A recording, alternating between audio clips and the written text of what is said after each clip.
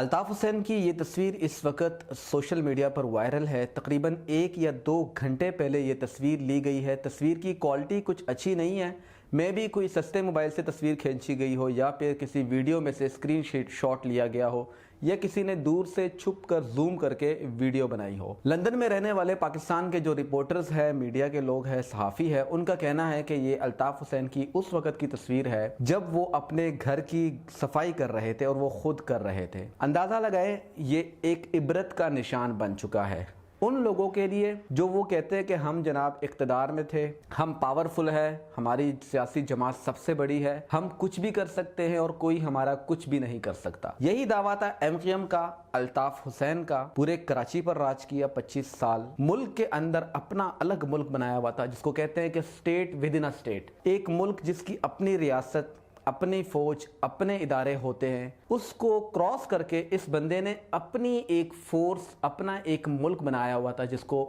90 کہا جاتا ہے، کراچی میں ابھی بھی موجود ہے۔ اس کے اس گھر تک جہاں پر وہ موجود نہیں تھا، جس کو ایک مرکزی سیکریٹریٹ کا نام دیا ہوا تھا MQM کا، وہاں تک جانے کے لیے آپ کو 8 سے 9 ناکوں سے گزرنا پڑتا تھا۔ ہر ناکے پر آپ کو ID کارڈ، آئیڈینٹی، ہر قسم کی تسلی، ہر قسم کی تلاشی دینی پڑتی تھی، پھر آپ الطاف حسین کے اس آفس تک پہنچ پاتے تھے جہاں پر وہ موجود نہیں ہوتا تھا، کیونکہ الطاف حسین تو انگلینڈ میں ہوتے تھے۔ پھر انگلینڈ سے ایک کال آتی تھی اور 1 منٹ کے اندر پورے کے پورے کراچی کو سیل کیا جاتا تھا، بند کیا جاتا تھا۔ کراچی میں ایک دن میں 15 سے 12 بندوں کا وہاں پہ قتل کیا جاتا تھا، ان کے ٹوٹے کیے جاتے تھے، ان کی لاشیں بوریوں میں ڈال کر نالوں میں پھینکی جاتی تھی۔ 1990 میں نواز شریف نے MQM کے خلاف ایک آپریشن کیا تھا اور اس آپریشن میں 52 SHOs نے حصہ لیا۔ کہا جاتا ہے کہ سن 2005 کے بعد اس میں سے ایک SHO زندہ تھا جس کا نام تھا راؤ انوار۔ اس کے علاوہ تمام SHOs کا قتل کر دیا گیا۔ کراچی کے اندر کم و بیش 3000 پولیس والوں کا قتل کیا اس شخص نے۔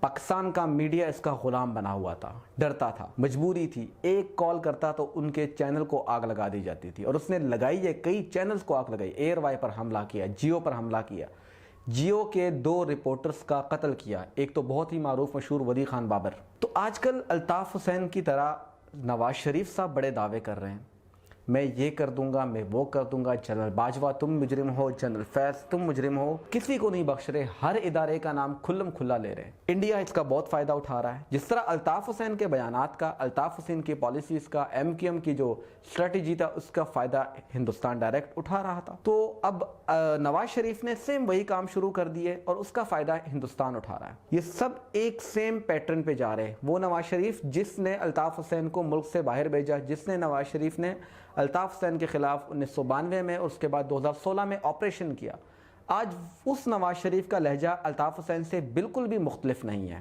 بس ایک نعرہ رہتا ہے جو الطاف حسین نے 27 سال بعد لگایا تھا 2016 میں، اور اس کے بعد وہ غائب ہو گیا اور اس کے بعد اس کی پارٹی ٹوٹ گئی تھی، وہ نعرہ میں یہاں پر نہیں لگا سکتا۔ باقی جو کچھ الطاف حسین نے کہا وہ نواز شریف اب تک کہہ چکے ہیں۔ نواز شریف کے ووٹرز اور ان کے سپورٹرز بہت معصوم ہیں اور ناسمجھ ہے، یا پھر طاقت کے نشے میں گم ہو چکے ہیں۔ ان کو اندازہ نہیں ہو رہا کہ اس وقت ان کی لیڈرشپ ان کے ساتھ کیا کھیل کھیل رہی ہے۔ لندن سے بیٹھ کر افواج پاکستان اور افواج پاکستان کے سربراہان پر ڈائریکٹلی الزامات لگانا، کیونکہ اگر نواز شریف یہ حرکت اس ملک میں بیٹھ کے کرتے تو فوج ان سے جواب مانگتی کہ بھائی آپ نے ایسی بات کی، آئے آپ پارلیمنٹ میں یا عدالت میں ثابت کریں، تو شاید نواز شریف کے پاس کوئی ثبوت نہیں ہوتا۔ مزاحمتی سیاست کرنی چاہیے، اس میں کوئی بری بات نہیں ہے، فوج سے آپ کو اختلاف ہو سکتا ہے، کوئی بری بات نہیں ہے، لیکن سیدھا ڈائریکٹلی پنگا لینا، ڈائریکٹلی گریبان سے پکڑنا، ڈائریکٹلی کہنا کہ تم چور ہو، تم نے میرے ساتھ زیادتی کی، تم غلط ہو، یہ چیزیں بہت نقصان دہ ہوتی ہے۔ میں بار بار مسلم لیگ نون کے ووٹر کے کہتا ہوں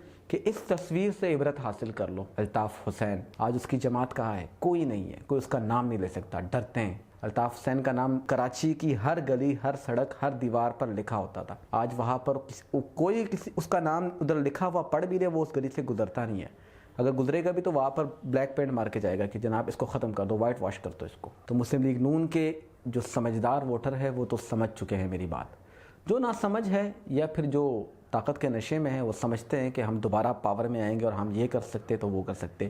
اس قسم کی سیاست کر کے آپ کبھی بھی پاور میں نہیں آ سکتے۔ ذوالفقار علی بھٹو سے زیادہ مزاحمتی آپ نہیں ہو سکتے، ان سے بڑے انقلابی آپ نہیں ہو سکتے، لیکن ان کی زبان بھی اتنی تلخ نہیں تھی، وہ بھی اسٹیبلشمنٹ کے الفاظ استعمال کرتے تھے۔ بے نظیر بھٹو بہت بڑی لیڈر تھی، نواز شریف ان کے آگے کچھ بھی نہیں، لیکن انہوں نے بھی کبھی اس طرح ڈائریکٹلی سیدھے نام نہیں لیے، وہ بھی تھوڑا لحاظ کرتی تھی۔ بلاول بھٹو ایک میچور سیاستدان ہے، وہ تقریریں کرتے ہیں، اسٹیبلشمنٹ کا نام ضرور لیتے ہیں، لیکن وہ ڈائریکٹلی ادارے کا اور ادارے کے سربراہوں کا نام نہیں لیتے، کیونکہ ان کو پتہ ہے ہم نے آگے حکومت میں آنا ہے۔ اور اگر نواز شریف اور نواز شریف کے سپورٹرز یہ سمجھتے ہیں کہ ہم ڈائریکٹلی نام لے کر تاریخ میں ہمیں انقلابی دکھا جائے گا، تو ایسا ہرگز نہیں ہے۔